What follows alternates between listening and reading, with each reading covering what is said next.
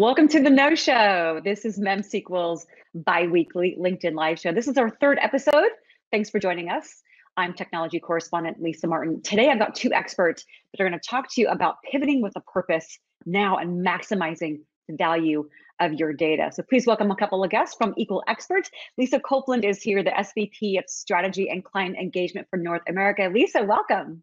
Hi, Lisa. Welcome. Thanks for having me. The Lisa I know, sandwich.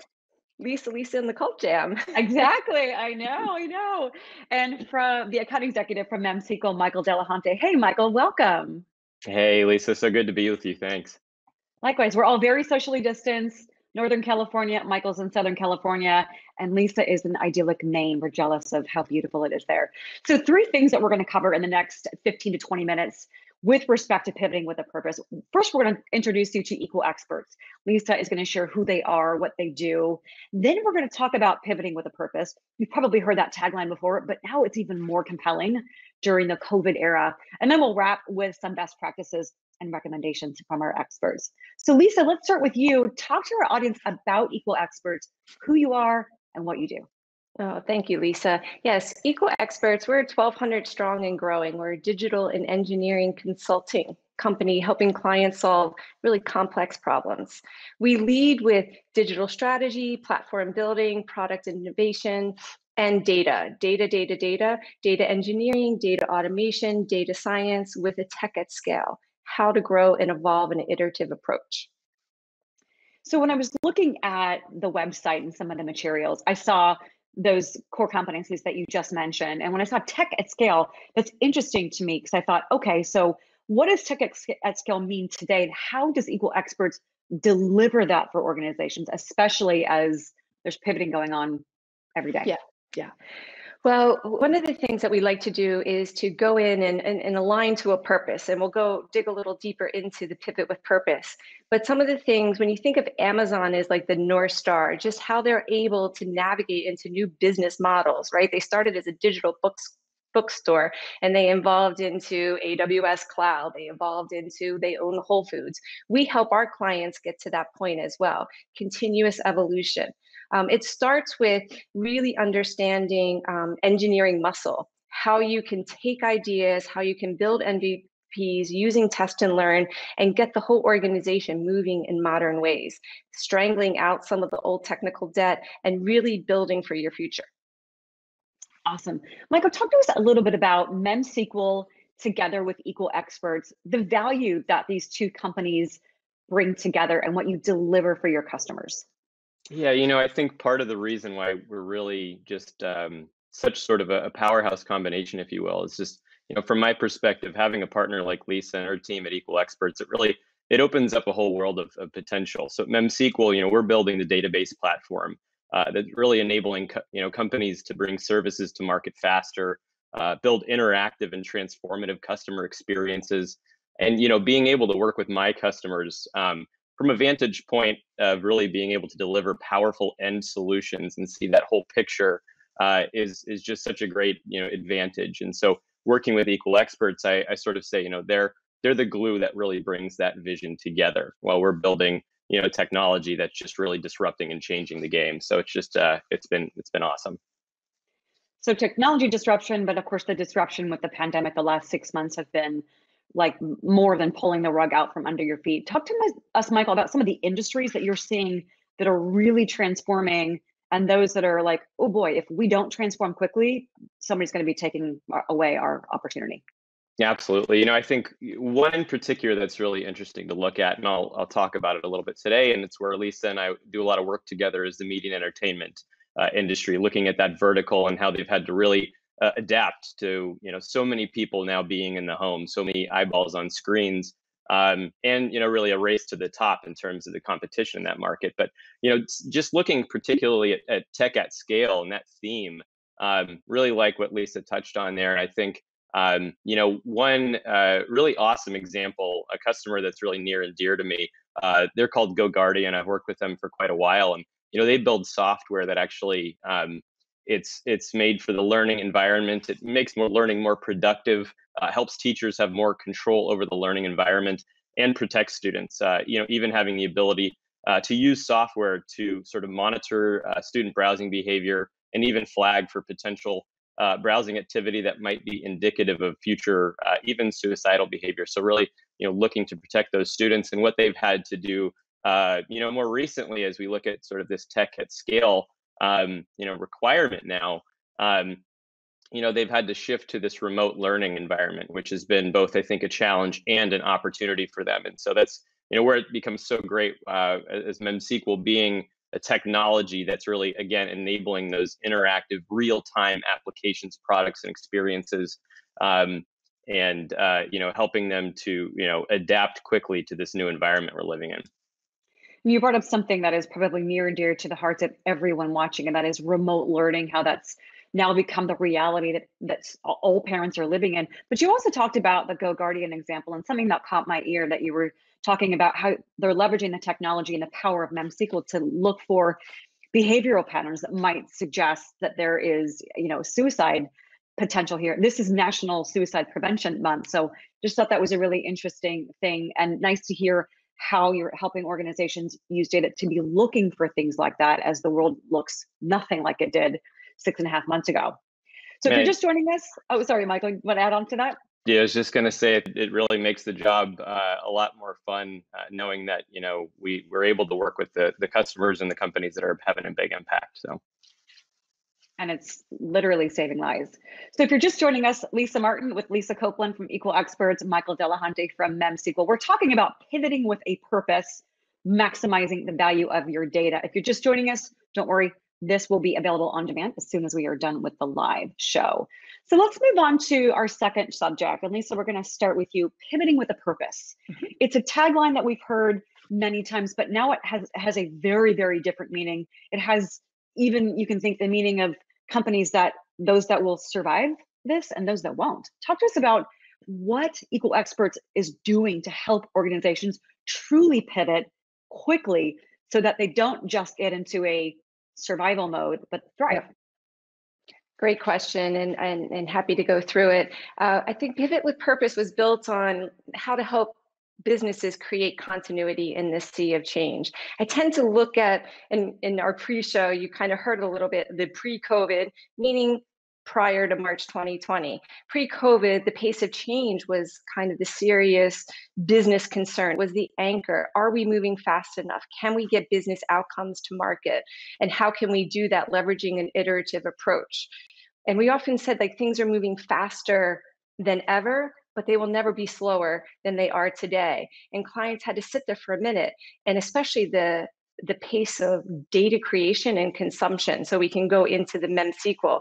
But as we went into kind of the COVID, staying at home, closing down, businesses shuttering, it was just a time to say, your speed to market isn't your biggest challenge now. It is really understanding your heritage and what your new purpose is in these times of uncertainty.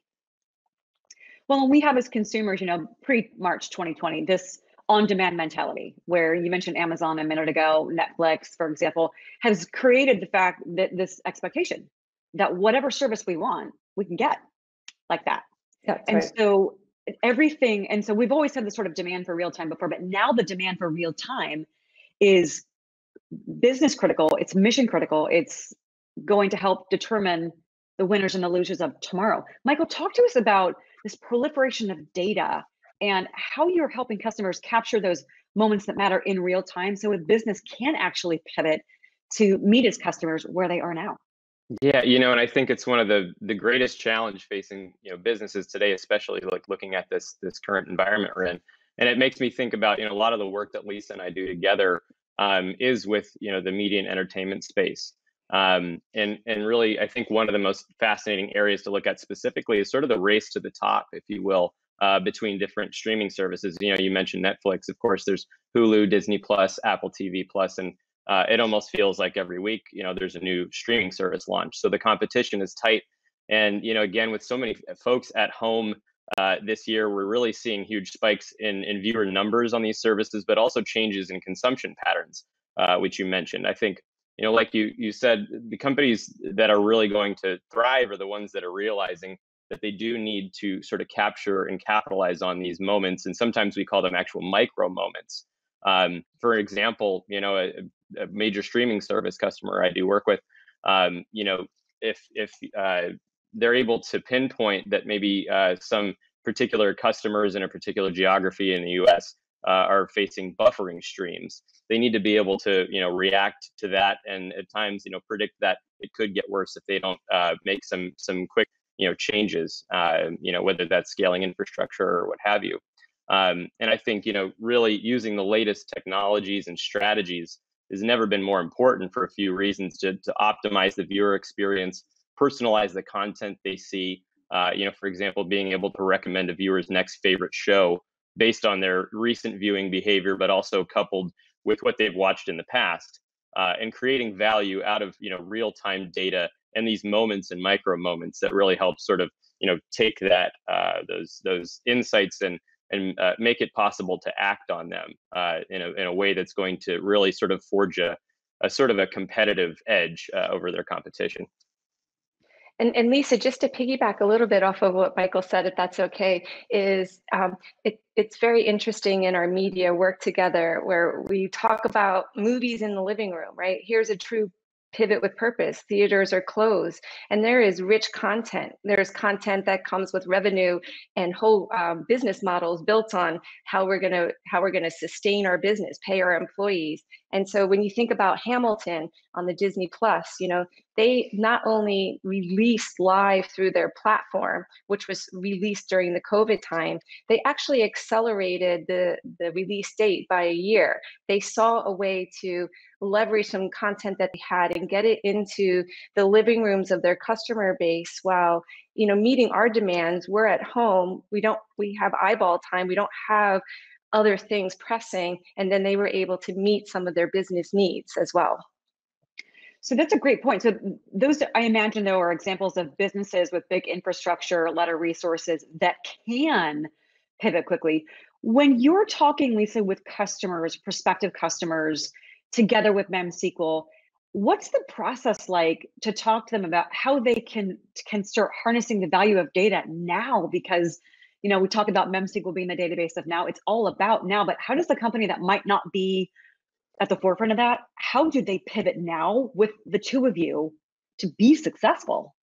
Yeah, that's a great question. We take the lens of our agile software delivery heritage, right? Start small, be iterative, take your learnings and go from there. So the partnership with MemSQL is great because the data scientists are only as good as their pool of data. And so MemSQL allows that crystal clear pool of data coming in so you can really evolve and understand true patterns and signals that your customer, that the world is telling you, and make decisions. And then on those decisions and small incremental times, continue to directionally move to where your business is taking you. Some pivots don't have to be the full spectrum of change going from 0 to 10. Some of your most successful pivots are just when you get to the 3, and then all of a sudden you're going up and saying, hey, we have to make some minor tweaks to it. And it could be a business decision. It doesn't always resolve around tech, right? It could be you have to reorient how you are working together across all the various functions. So it's very deep and wide in the services that you need to really amplify the best of all of your data. Michael, on that front, the fact that Lisa says, it's not just a technology discussion, it's more of it's a business discussion. I'm curious, you're with the customers probably every day now, virtually, but where are those conversations taking place? Are you talking more at the business line of business leadership level, C-suite level, about how you need to harness the power of your data, Mr. and Ms. Customer, to be able to pivot? It's so interesting in looking at the sort of the traditional difference. I think if you look back in history, of course, a lot of your companies, big or small, probably a big divide between the technology side and the business side. And I think we're seeing a convergence in that. And absolutely, I think the biggest sort of movers and changers that I get to work with are the folks that straddle both of those worlds and are really able to realize these concepts, these high-level business requirements that will be attached to really innovative projects like we're helping to deliver, but then understanding and translating those requirements from the business over into how do we start from, step one, A to Z. What does that path look like on the technology side? So I think it is really that sort of that, person that's going to make the biggest change, that has an understanding of both sides of it, if that makes sense.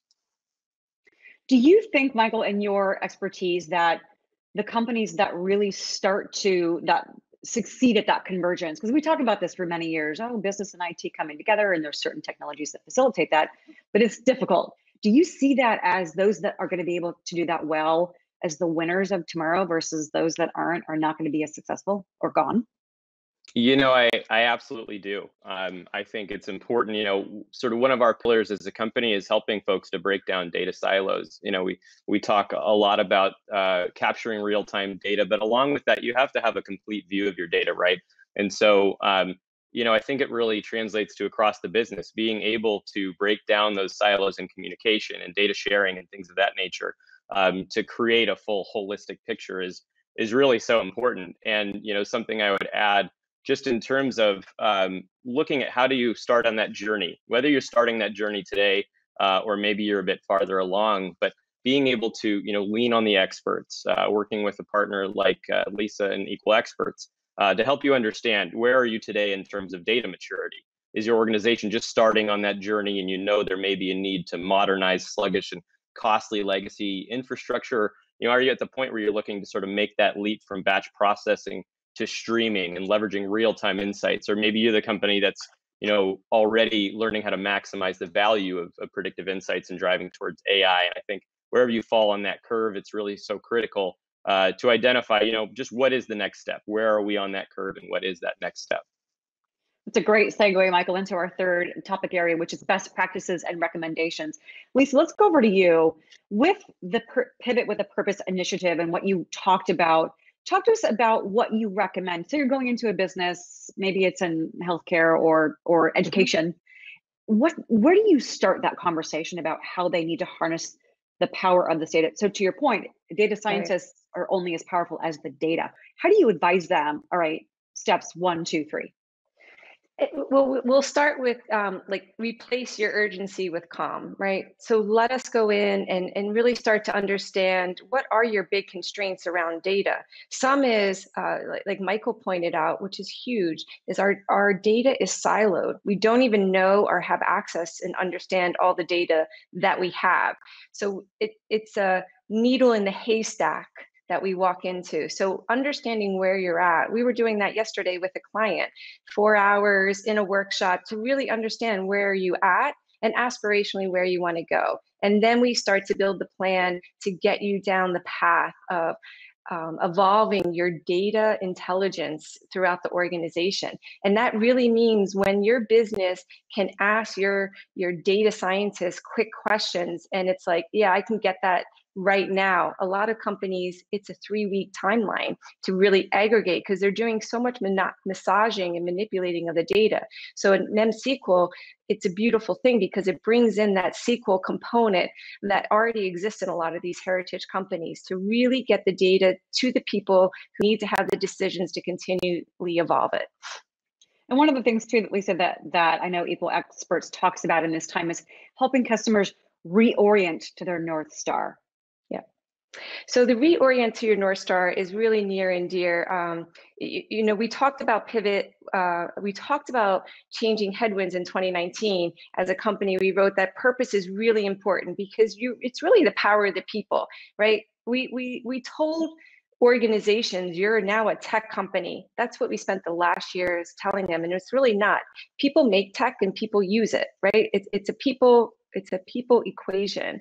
So that purpose and that being able to pivot with purpose is really to distill, especially in this time of COVID, where you don't even know if your business is a business. How can we take small incremental steps and get you aligned to your North Star, and then starting those small investments with confidence because you have your whole organization aligned. And when everyone is marching kind of to the same aspiration, a lot of great things can happen. I think that's great advice for the rest of us surviving however much longer this lasts. Lisa, thank you so much for sharing with us what Pivot with a Purpose really means now, what you're doing with MemSQL. We appreciate your time. Thank you, Lisa. And Michael, we want to thank you as well for sharing your insights and your recommendations for customers in any industry. To those of you watching, Michael mentioned Customer Go Guardian. We put a link in the LinkedIn Live here to read more about that customer and more about MemSQL in the link as well. We thank you as always for joining us. We will see you in 2 weeks from today, right here with a new topic. Have a great day, everyone.